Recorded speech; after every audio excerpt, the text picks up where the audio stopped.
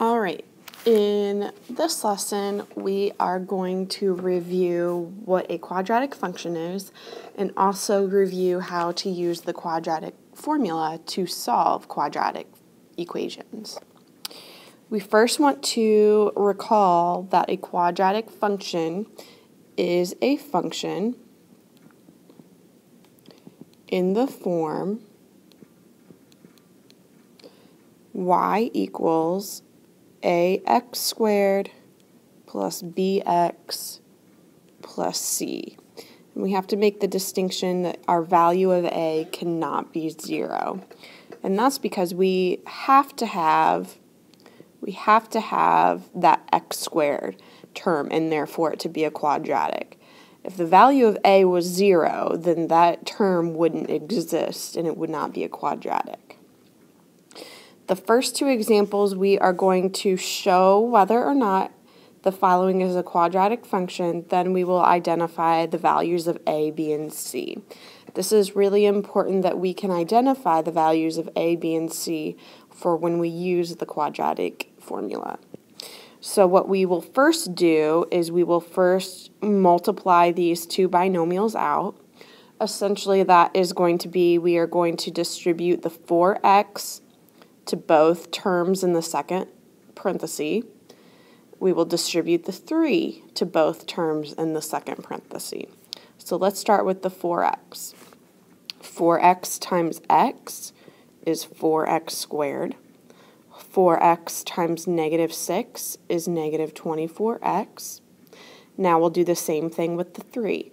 3 times x is a positive 3x. 3 times negative 6 is negative 18. From here, we will combine like terms, which we have in the middle. So bring down the 4x squared. The negative 24x plus 3x is a negative 21x. Bring down the negative 18. Go ahead and just bring down that g of x. So the question is this a quadratic? Is this function in the same form as that? And the answer to that is yes. So now we need our values of a, b, and c. And these are just essentially, if you look up here at the general formula, these are the coefficients of the x squared, of the x, and then the constant. So if we look down here, the value of a is the coefficient of x squared, so that is the 4. The value of b is the coefficient with x, so in this case it's the negative 21. And the c is the constant, so negative 18. All right, in the next example, we have f of x equals the quantity 7x plus 3 squared. Now, one of the biggest mistakes that students make is thinking that they can just distribute that exponent to both. Please do not do that. We need to rewrite this as the quantity times itself. That's what a square means, something times itself.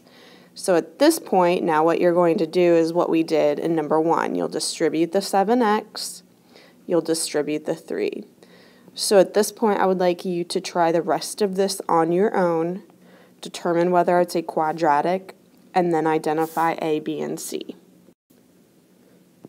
We should have that f of x equals 49x squared plus 42x plus 9. That is a quadratic equation.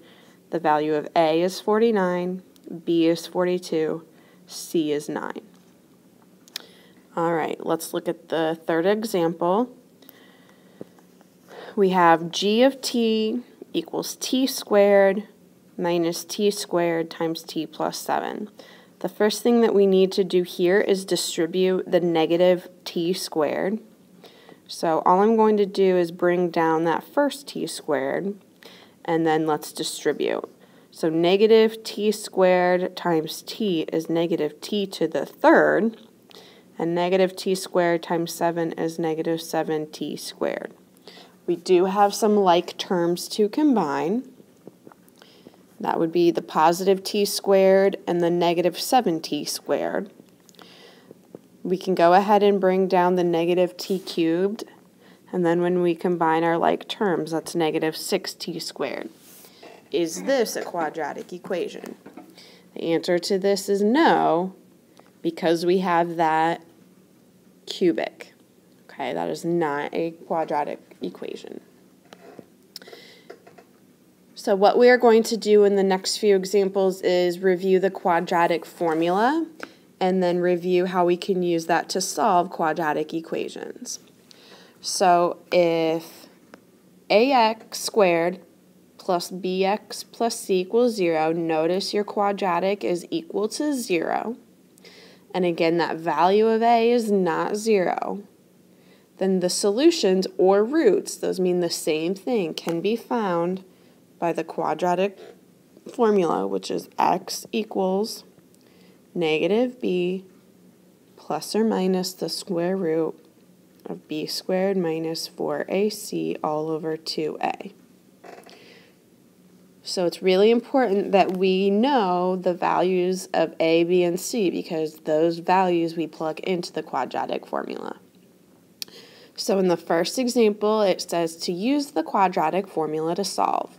The first thing that I would like you to do is off to the side, write out what your values of a, b, and c are. So our value of a is 1, that's the coefficient with x squared. Our value of b is negative 16, that's the coefficient of x, and the value of c is negative 36. So now we can plug those values into the quadratic formula.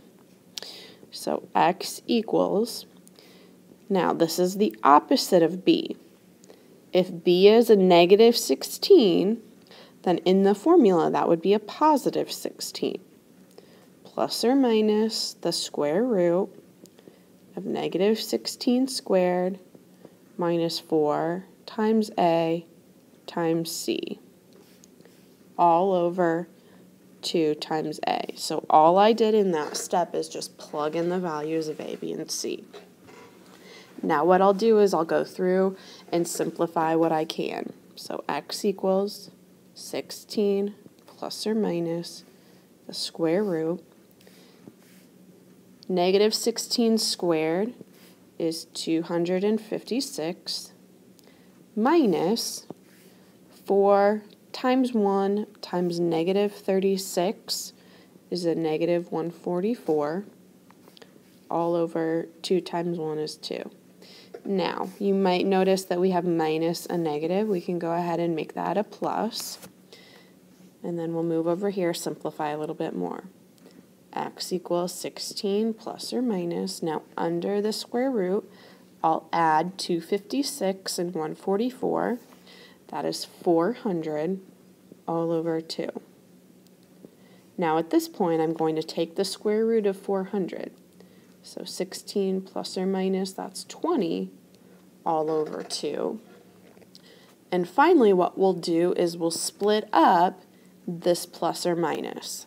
So we'll write x equals 16 plus 20 over 2, and x equals 16 minus 20 over 2. And then we simplify both of those. The first one, 16 plus 20 is 36, divided by 2 is 18. That's one solution. On the other hand, we have 16 minus 20, that's negative 4, divided by 2 is negative 2. So our two solutions, or roots, are 18 and negative 2. In the next example, we'll do the same thing, but notice this is not set up exactly how we need it to be set up. So what we need to do first is we need to subtract that 7x to get it to the other side. So we have 5x squared minus 7x plus 1 equals 0. You have to have your quadratic equation written in standard form before you can use the quadratic formula. So write out your values of a, b, and c. That's 5, negative 7, and 1.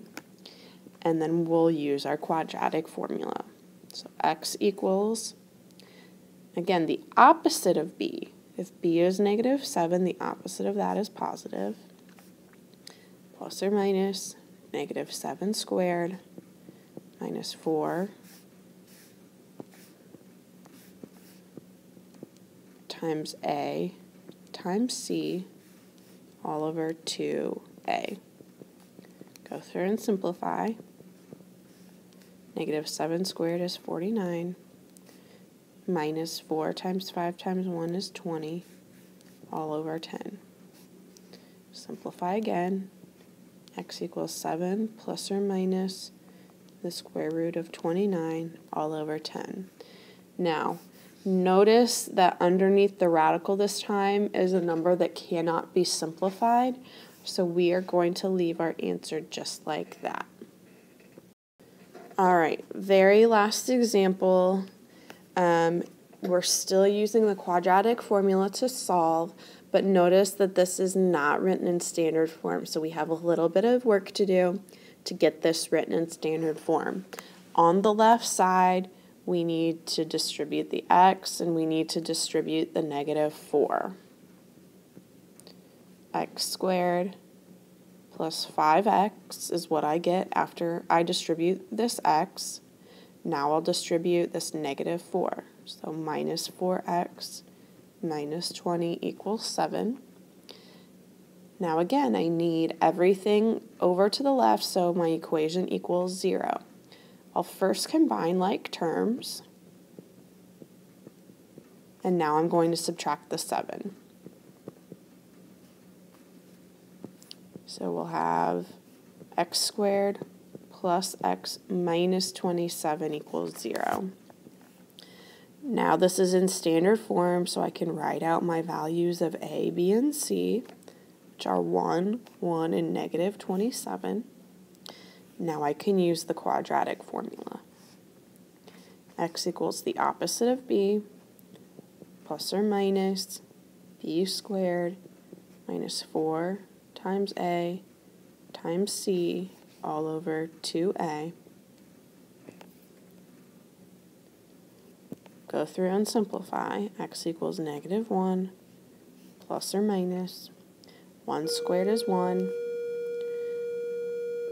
minus 4 times 1 times negative 27 is negative 108 all over 2.